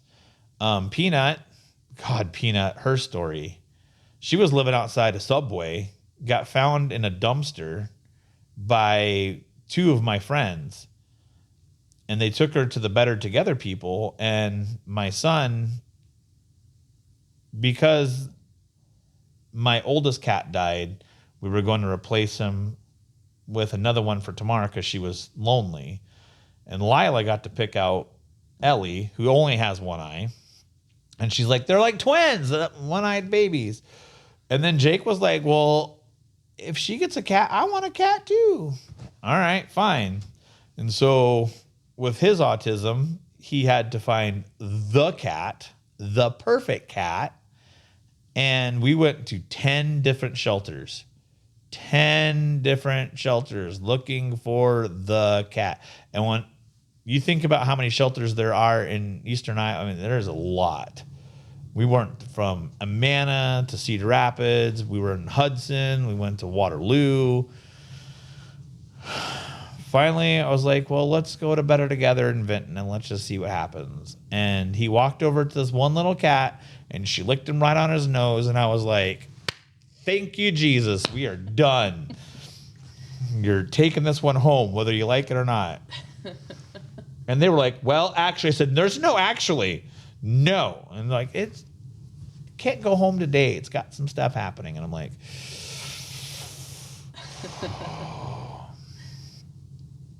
how dare they want to take care of it first? I know. Well, and also I asked him if I could come back and pick it up on his birthday so that he could have it for a birthday present. That was sweet. Yeah, it's just way more fun to say that they were gonna hinder it so I could have the fake anger. Oh, yes. Yeah. You and your storytelling. I do tell a lot of stories. You do. But you go on a lot of adventures. What would you say your favorite adventure has been? My favorite adventure? Mardi Gras, probably. That was a lot of fun. It has nothing to do with me. That was a lot of fun. We walked our asses off, though. Oh, my goodness. You know, I will say this. Somehow, some way, I always end up in these weird situations, right? It's not false. Like, okay, case in point, we ended up going to a VIP party at Channing Tatum's bar. I still don't know how you did that. So, fun fact about me, I'm a little anxious. And, I've never been diagnosed with anything, but I've self-diagnosed a lot. You do that when you go through OT school. Yeah. You start taking your abnormal Are you classes. a hypochondriac with your brain? No. Okay. No. But you start, you take your abnormal psychology classes, and then you get on TikTok, and you learn a lot of things about yourself that you didn't know you should know. Because you've just been you, and you've just been managing or dealing or having a great time. Depends on the day. Yeah. But no, so we walk in because I wanted to see it. So, we did go because I wanted to go there. Saints and Sinners. Saints and Sinners. Yep. And the bartender was delightful. Absolutely delightful. Delightful. Beautiful, beautiful tattoo of music moving, if you can envision that. And then a band, a good old fashioned, trumpets and trombones, walking through the music. It was stunning. And we're just telling him our story. And when I say me, I mean he was telling our story. And all of a sudden, he's handing us wristbands for later that night. Yep, for a VIP party at Saints and Sinners upstairs. Yeah. And even then, they looked at us like we were crazy and still let us go upstairs, and that was way fun. That was a lot of fun. Although that trip so weird shit happens to me. It really does. So we have this amazing VIP party, and then the next day we go to a voodoo shop and I get touched by some kind of weird spirit thing. People think I'm nuts when I say that, but you were there watching that red mark just like grow on my arm. Felt like a cat scratched me, and next thing you know, I'm just like, and then the voodoo lady's like, "Ooh, you just got touched. Don't go in there again, and don't buy anything." All right. Don't take anything home from. All right, if you must. I would say that the funniest story is the canal town in Indiana. That if you ever get a chance to go see the canal town in Indiana, make sure you go on the weekends. Otherwise, it's kind of like Deliverance creepy up there. That was fun. Let's see. So that's what he does, though. So you go on adventures, and you're on your said adventure, and then, it's only a what hour? How many hours drive was that for us? Oh, that one? That was 8.5. 8.5 hours one way. Yeah. Okay. So hours one way. Just to go meet some wrestlers. Oh, no. Oh, that was that one. That was. Yeah. Okay. Yeah. 8 hours. So, we only have 8.5 hours drive back, right? And he's like, and we see this sign, and we're like, oh, that's funny. And then we see it again, and we see it again. So clearly it's a sign. We have to go. We're supposed to go see the canal town in Indiana. So, because 8.5 hours isn't long enough. But yeah, you just kind of go. I mean, I do this randomly. I'm going to St. Louis next weekend, even though I don't have the money to do it. I'm living my childhood dream. So there's that. And then I drove 7 hours just for a concert. First time I saw Fozzy was in Fort Wayne, Indiana. And that was interesting. What was really fascinating about that to me was, and I probably shouldn't say this the way it's going to come out, but being a pro wrestling, okay, first of all, we need to back up on why I was a pro wrestling fan, I feel like, because that's what got me through 3.5 years of child abuse, right? When my stepdad was around, he was like, all right, well, you're not man enough to be Steve, so you're Stephanie, and the way we're going to butch you up is you're only allowed to watch sports, Sports Center, professional wrestling, war movies, and then whatever your sister's watching. That was the allotment of what I was allowed to watch. If a game show came on, I was sent to my room because I was not man enough to watch a game show. If it was not a war movie or some kind of sports. So anyway, I became an avid professional wrestling fan because that's what I was allowed to watch. My first wrestling match I saw was Ricky the Dragon Steamboat against some jobber. My favorite wrestler became Sting because he was like always talking about like the little stingers and how he was always going to be for them. And my stepdad's from Georgia, so he was more NWA. So we watched a lot of NWA as opposed to WWF. But Chris Jericho is the front singer for Fozzy, and I initially went to go meet Chris Jericho and all of that. But what ended up happening was the guitar player, Rich Ward, and I bonded over Star Wars. And Rich gave me the opportunity to have the biggest boss moment in my life. And I will never be able to thank him enough for that, because they had a concert in Iowa City that was sold out. And I just remember this, right? Mm-hmm. How nervous was I about going to this, because I felt like I had offended Rich, right? Mm-hmm. Because I was like, I tweeted out like, hey, I saw you guys are sold out, and I'm really sorry that I thought you guys were coming later. I apologize, but I hope you enjoy Iowa hospitality and just rock their faces off.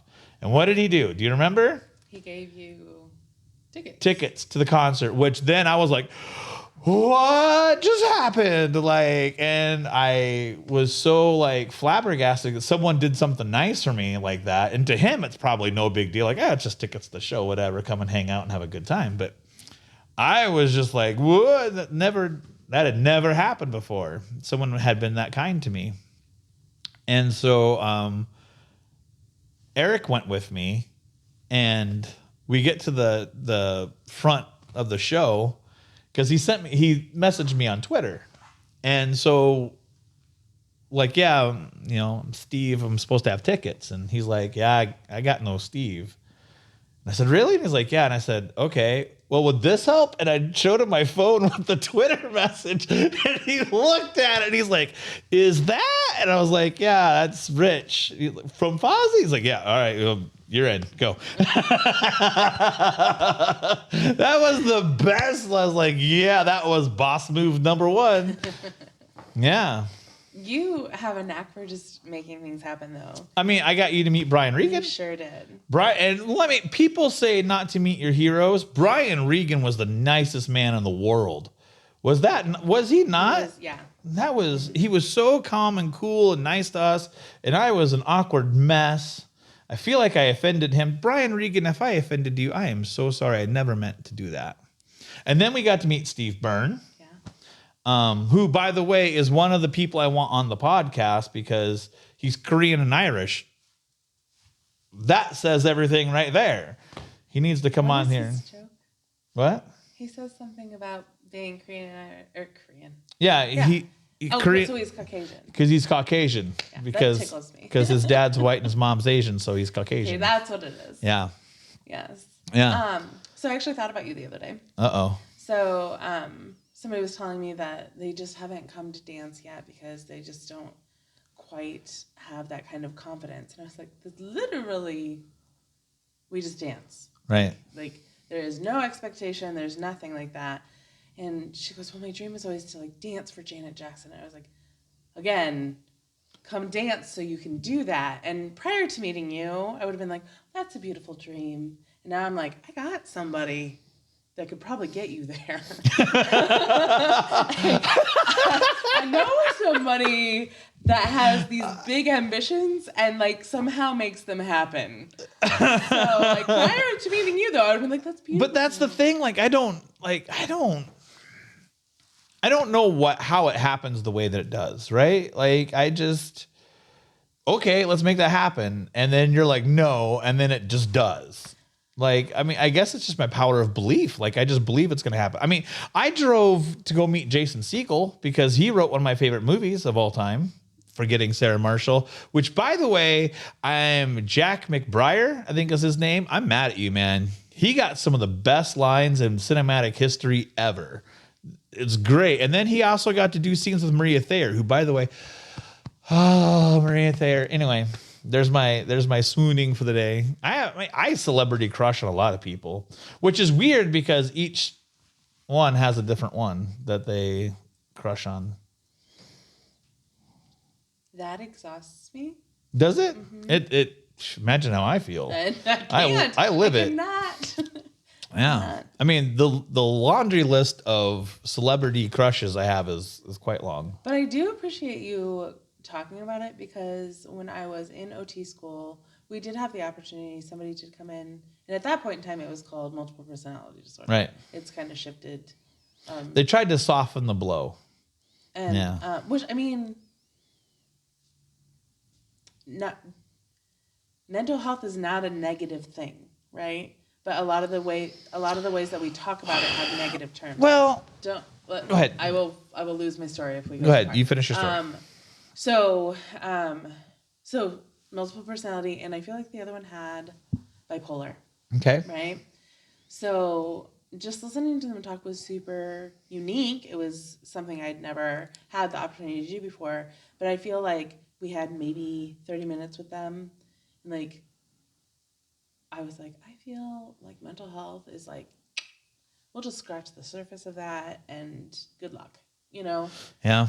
So hearing you try to explain, I mean, you're doing a fantastic job, but like for me to be like, yeah, I get that, I understand, you know, like I really don't. I think that part of it though is society, right? Like when we talk about movies and we talk about split personality disorder, what happens is usually it's a horror movie, right? M. Night Shyamalan just had Split, which starred James McAvoy.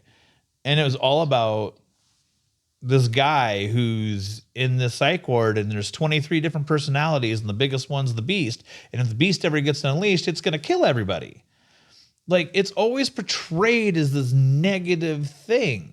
And like, that is where it becomes we put the stigma on it and then we drive the stigma home.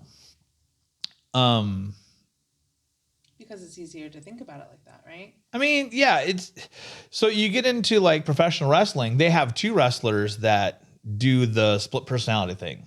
Finn Balor is Finn Balor until he needs to really amp up for. I don't know if this is actually still the way it is or not. I don't know, but until he needs to have the big match or trying to overcome, and then he turns himself into the Demon King. And then you had Bray Wyatt, who was Bray Wyatt, and then he turned into some other character who then also turns into the Fiend, and they all just kind of like swirl in there. Split personality disorder is really in people's faces, but they do it in such a way that it makes it comfortable for society so that they don't think, well, they think that they're better off because they don't have it. The one thing I will say about this, and there's a lot of things I could say about this, it makes dating really hard, but it also is in some ways really beautiful in its symphomatic features. Because like the other day I invited you and mom to go have tacos and you're like, I have a headache, and I don't care. You bail, you bail. You have a headache. Go home. Take care of yourself. And then my mom's like, well, I don't feel like it either. All right. And then you're like, well, wait, you're there by yourself? I'm like, I'm never alone. Like, you didn't know it at the time, but I'm never alone. I if I ever feel down or whatever, I have someone who's there to pick me up. And there have been times that it has saved my life. In fact, not that long ago, I was having a really, really, really, really, really, really, really bad day. And for some reason, I was just in a dark, dark hole. I didn't know what to do. I didn't know how I felt. And I just felt like going home and drinking a bottle of bleach and being done with it. And between the pets and the personalities, we pulled out of it. So it's nice that even when I feel like I don't have anyone to talk to, I have someone to talk to. The problem with that is then you rely on the people that are inward as opposed to the people who are outward. And then it becomes harder. Like, I think you can attest that me asking for help for anything is unheard of because I believe I can just do it myself. I don't need you. I got me, and when I do ask for help, it always astounds people. They're like, whoa, you're asking for help? You? Am I inaccurate on that? So, that's a big negative. The other negative is how people perceive what's happening. The sideways glances at Target. That's kind of weird. But I also have to embrace what it is. No more secrets, no more hiding it. Just trying to keep it in control. I'd asked you if you felt like it defined you or if it's a part of you. Well, it's a part of me always. Does it define me? Yes and no. I mean, I feel like it's kind of like having a life-changing disease. If you have AIDS, you probably, before you start dating someone, probably should have the conversation that you have AIDS, or if you have cancer, you probably, before you start dating someone, should let them know that you have cancer. And this is something that just is what it is. There's no avoiding it. So in that sense of getting people into your comfort zone and getting them close, yeah, there's that.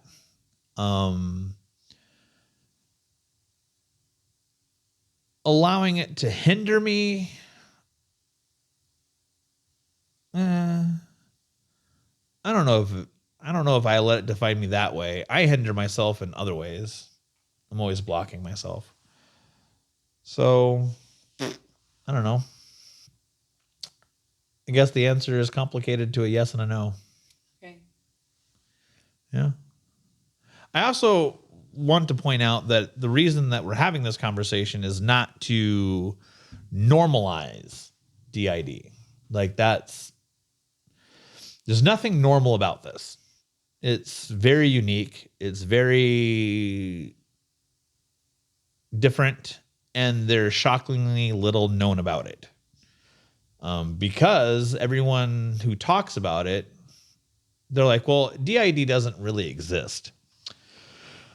I beg to differ. And they're like, well, there's never been a case proven. Well, it's hard to prove that someone is being someone completely different as opposed to just acting in a character. But it is a real thing. And so I'm not trying to normalize it, but I am trying to bring a certain level of acceptance to it. Because there's no curing it. I'm never going to be cured. I'm never going to not have personalities. I'm not ever going to not be alone. But let's open some dialogue and let's talk about it. And let's try and see the world differently. And it's a very scary thing. That's literally what you want to do, though. You want to walk a mile in other people's shoes. Yeah, but I never really, like, when you say that, I never thought that I would be the one on the other end. Yeah. It was never supposed to be about me because I don't like things that are about me. It's either I don't like them or I like them too much and I don't know how to bring it back. But again, you created it, and why wouldn't people want to know who you are?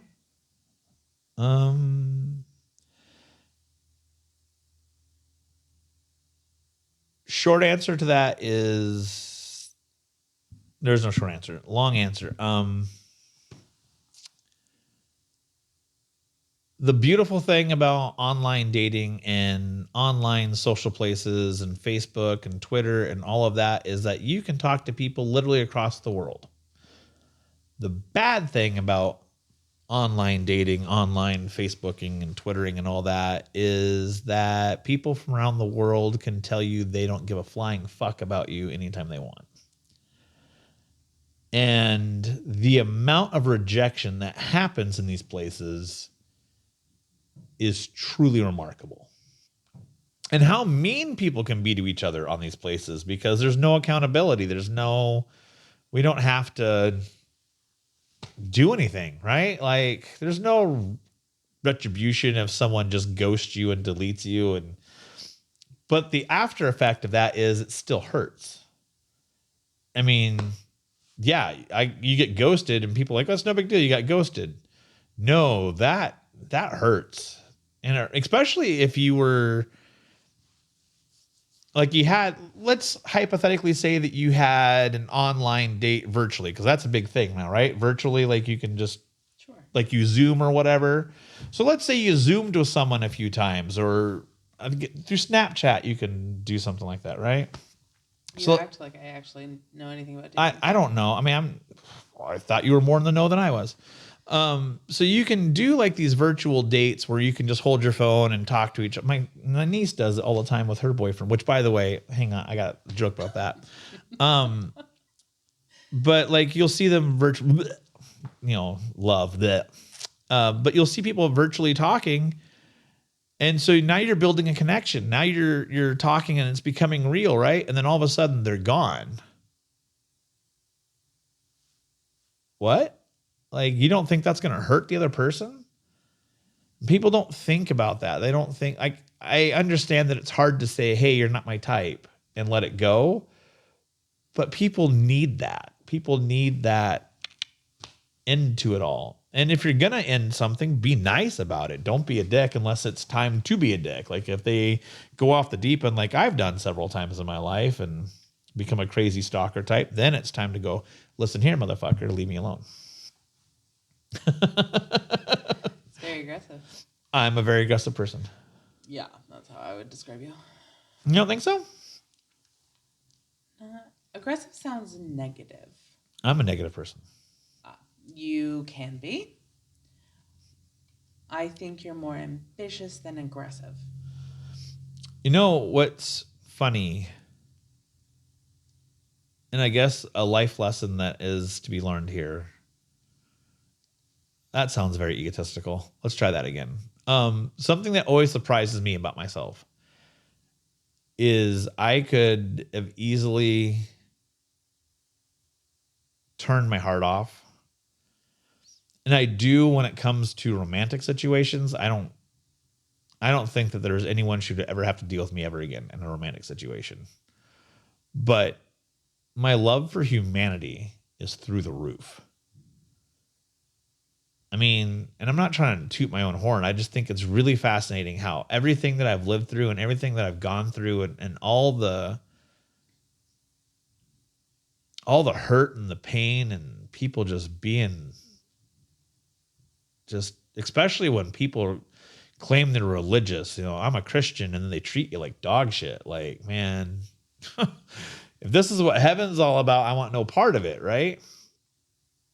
But yet I still really believe in that humanity can do better and that there's something to be said for putting people. I really believe in the value of putting someone above yourself. I really believe in doing nice things for people. I believe that it's important to do those things.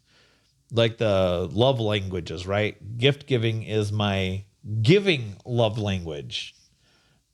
I don't know how to receive love, but I know how to give it. I know how to words of affirmation. I know how to do that. And I love telling people that look great and they're wonderful. And I love giving gifts and I love, touching.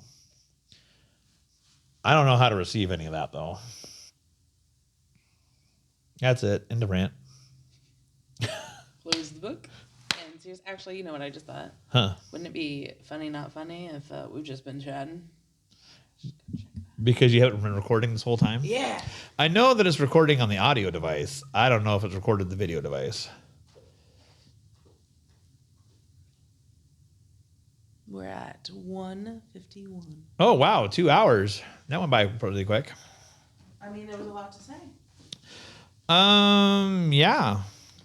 Seeing as, yeah. Like I tell you, I zone out all the time, right? Like there's times that we're talking and then I stop and then you're like, where were you? I was lots of places. Not here. Wasn't here. I was off in some other land.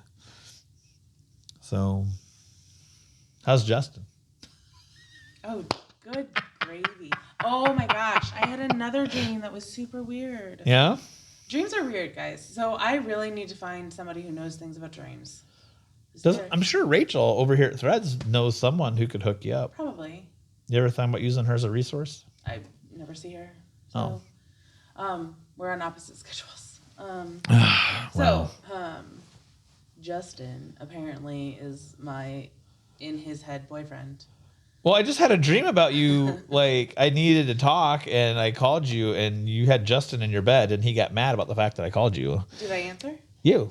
Did I tell him to go back to bed? You did. You told him to go back to sleep. Shh, go back to sleep. Yeah. This doesn't concern you. Good friend. Check. I had a dream that this guy was cutting the screen on my window, then cutting my window, and I just stood there like this.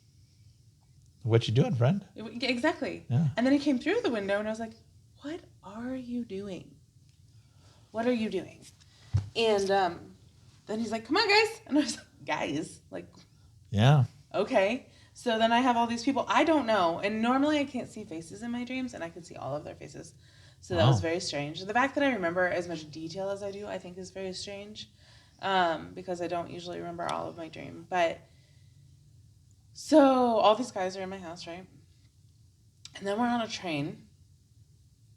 Don't know how we got to the train, but we're on one. And then they're gone. I don't know where they went. And then I go and ask the teller where I am, because I have no idea. And I look back up, and there's 5 tellers, and all of them are on their phones, and nobody will make eye contact with me. And I'm like, okay. I don't know where I am, but I need to go back to where I was. And at this point in time, I don't even know if that was home. Don't know what happened. And then all of a sudden, we're walking down this beautiful stone staircase, like outside let's call it Scotland. Okay, like imagine like a really like real stone old, right? So and the handrail was also stone, and then I'm holding cards. I'm ready for you to analyze this dream at any time. And I'm holding these cards, and I'm like, okay. And then the guys are back, and we're doing magic and taking photos. And then I wake up, and I'm like, okay, let's go to work. Like, what? If any of you knows what this dream is about, please email her. It was very entertaining. Was it? It was, yeah. But again, the fact that I remembered all the details is really I'm good. proud of you because your memory sucks. I know. Memory sucks. I'm going to blame it on the newfound ADHD that I might have. ADHD? Okay. Again. We actually discovered that it was because you're super smart. Like that was a thing because if you're super smart, you don't remember things. You don't have a good memory. Right. Because your brain is always making room for more knowledge. And so therefore it gets rid of memories. Which I still find that hard to believe because it says we only use 10% of our brain. I mean, I used 2. if I have, I think I use like 90% now. I was going to say. You were going to make the joke too, weren't you? You were. Yeah. You've got apartments up there. I do. I have sometimes full-blown condos and castles and such. There's some people who live in castles. All right. I know you usually end this on a game, but I think we should end it on a dream. Well, we have to do our thank yous too. Thank you for being. Meatloaf died today. That was very sad. Dude, I've heard a lot of Louis. Louis Anderson died. Meatloaf died. I mean, 2022, go fuck yourself already. Like, Betty White dies the day of, or the day before. Sidney Poitier dies the same day because he's like, I'm tired of this crap. I'm out of here. And then Bob Saget. And then now we lose Meatloaf and Louis Anderson. Speaking of memories, though, like I don't know how you do that. Do what? You're like, this name, this time, this thing. I'm like, I did this thing once, and there was a story, and here's the punchline. Part of it's the autism. That, yes. Okay. Also, movies are super important to me because that was my escapability through a lot of things in my life. I don't remember all that's been said, but I'm sure there's been a lot. So it's, movies are my escape. Movies, this is why video games are so popular too, right? Because people need to escape from their lives, but also because it gives you that instant gratification of accomplishing something, right? Instead of actually going out and doing something in the real world and feeling that sense of accomplishment that takes a little longer. We just play a video game and, I beat that level. Yes, I'm awesome. Now let's go battle another one. And video games are really, really good and also really, really bad.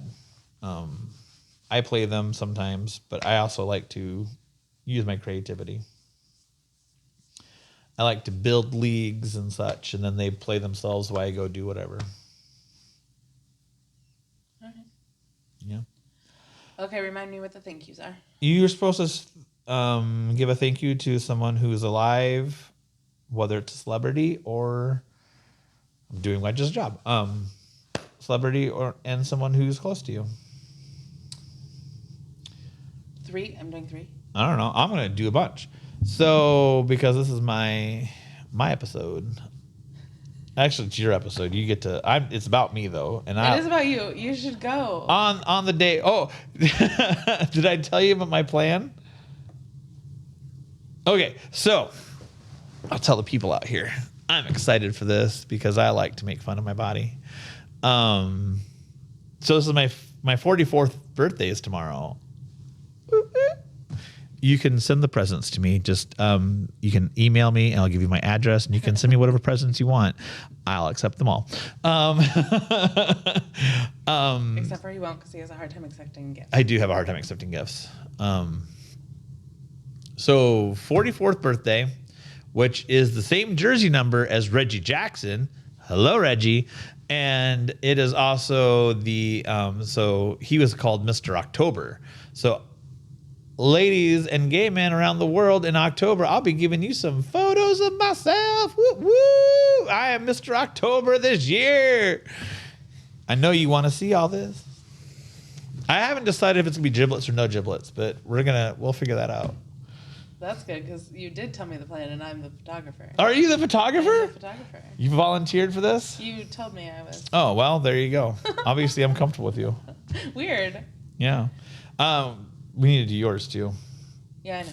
So that was another part of this whole plan, was to make things, to get people to accept who they are better. And you were supposed to be the first person for our self-esteem photography that is happening. Doesn't have to be boudoir shoots. It could be whatever you want just to make yourself feel better. Yours is going to be more risque. Mine will be more risque, just because mine will be more comedic risque though, like a boudoir type thing. Those are the. Have you seen some of these? I things? can't wait. If anyone else wants to jump in on this action in October, I welcome it. Yeah. And my list of thank yous is very long, because I have so many people who've impacted my life that I've either never met and whatever. And I will say this, write down your dreams, because a lot of what has happened to me over the last, like meeting Brian Regan, going to the Dolphins game, doing some of this other stuff, all happened after I wrote the book and put all these people in my book. Like, I had never met any of these people until, well, 40 years of my life. The book came out 4 years ago. And since then, I have met almost half of the guys and none of the girls. Oh, wait, I lied. I told a lie. I've met one of the girls. I got to meet Lisa Marie Varian, who is also known as the professional wrestler Victoria. And I may have asked her on a date. She never responded. She thought I was kidding, and she laughed. It was at the Waterloo Hall of Fame show that they did. At least she thought you were kidding and laughed? Yeah, I mean, you miss 100% of the shots you don't take. Oh, why not? I mean, you're here in front of me, and you're one of my dream dates. You want to go hang out? And she just giggled. I did give her a copy of the book, though. Yes. Do you have any other questions you want to ask? Not right now, but I am guessing this is not our only interview. It will be. I'm not doing this again. All right. All right. The end. I hope you learned everything you need. Those questions that you're going to send us. Yeah, if you ever do. What questions? Oh, the ones that we told them that they could send. Yeah, you can, anything you want. I firmly believe that if you have the bravidity. Are you making up words again? Yeah. Okay, great. If you're brave enough to ask it, I'm brave enough to answer it. Whatever your little heart desires, you can ask. Let me know when you send it if you want me to answer it in public or not. Oh, yes, that's a good point. I mean, if this is supposed to stay between me and the fence post, it will. But also, if you want it to be turned into comedic fodder, then I will do that as well. All right. All right. So the thank yous. I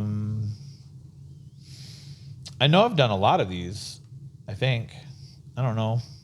I'm just going to go off the top of my head. So I appreciate The Rock a lot, because he pulled himself up out of nothing, and I keep trying to do that. And I appreciate his efforts. And I also appreciate the fact that he doesn't do sex scenes in movies. Like, everything he's done, for the most part, has been PG-13. There is a few rated R movies out there, but it was for violence or something like that. Although he did play a gay guy in Be Cool, if I remember that correctly. So there's that. Rich, obviously, I appreciate you so much. Brian Regan, the nicest comedian you'll ever meet. He's super great. Wes Studi, I love Wes. The portrayal of Magua is still one of the best, like, villains in a movie, because it's so subtle and so whatever, and then out comes this, like, fierce warrior. It's really kind of neat. And I really want... Oh, Bob Euchre's going to come on the show. I got to work on that. Bob, I'm coming for you. I want you to come on the show and talk about your life in baseball. Groucho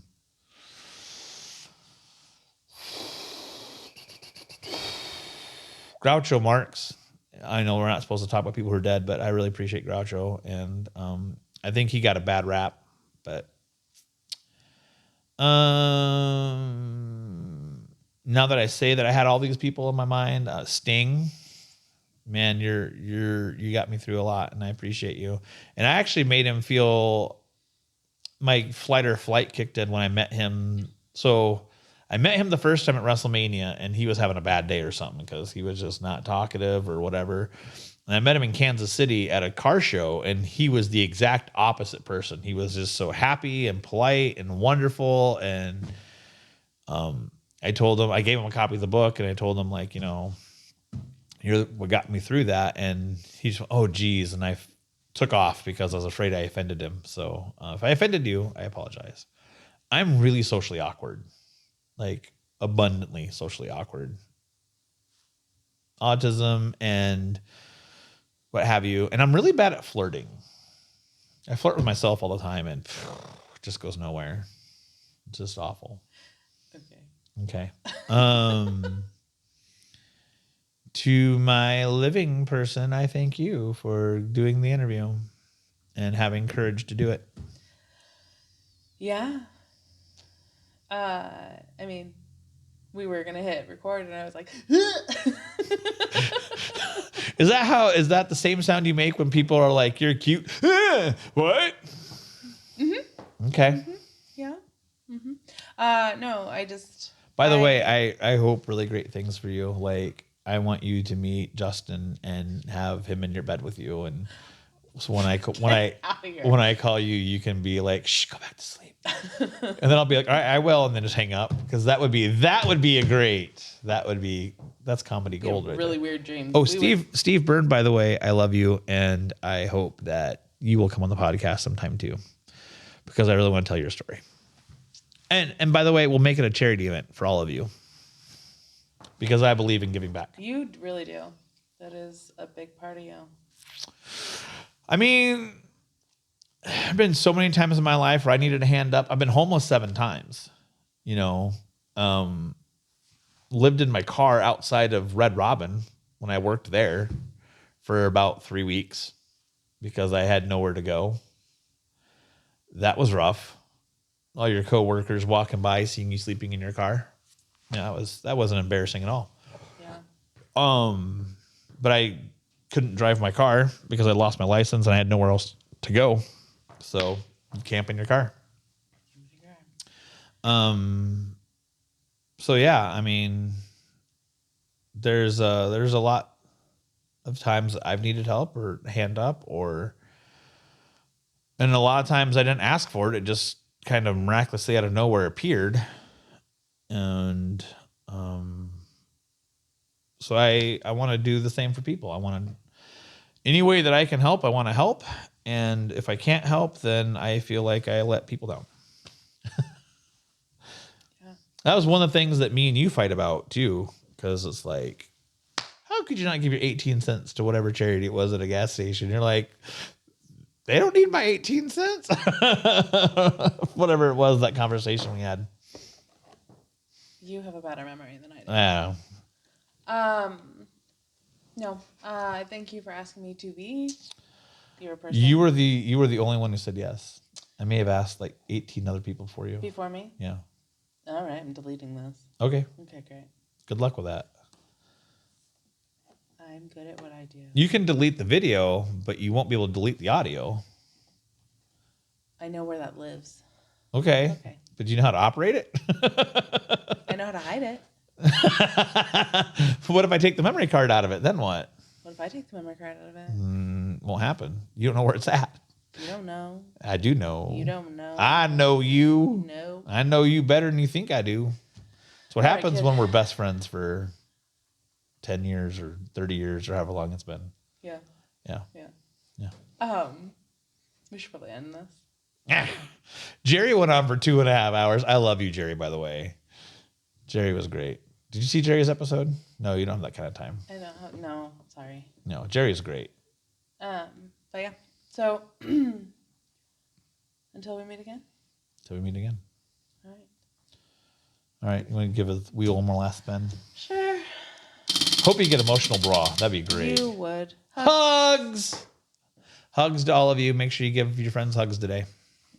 All right. Thank you. Let us know if you need anything. Bye. Gotta go push buttons again. Yep, buttons.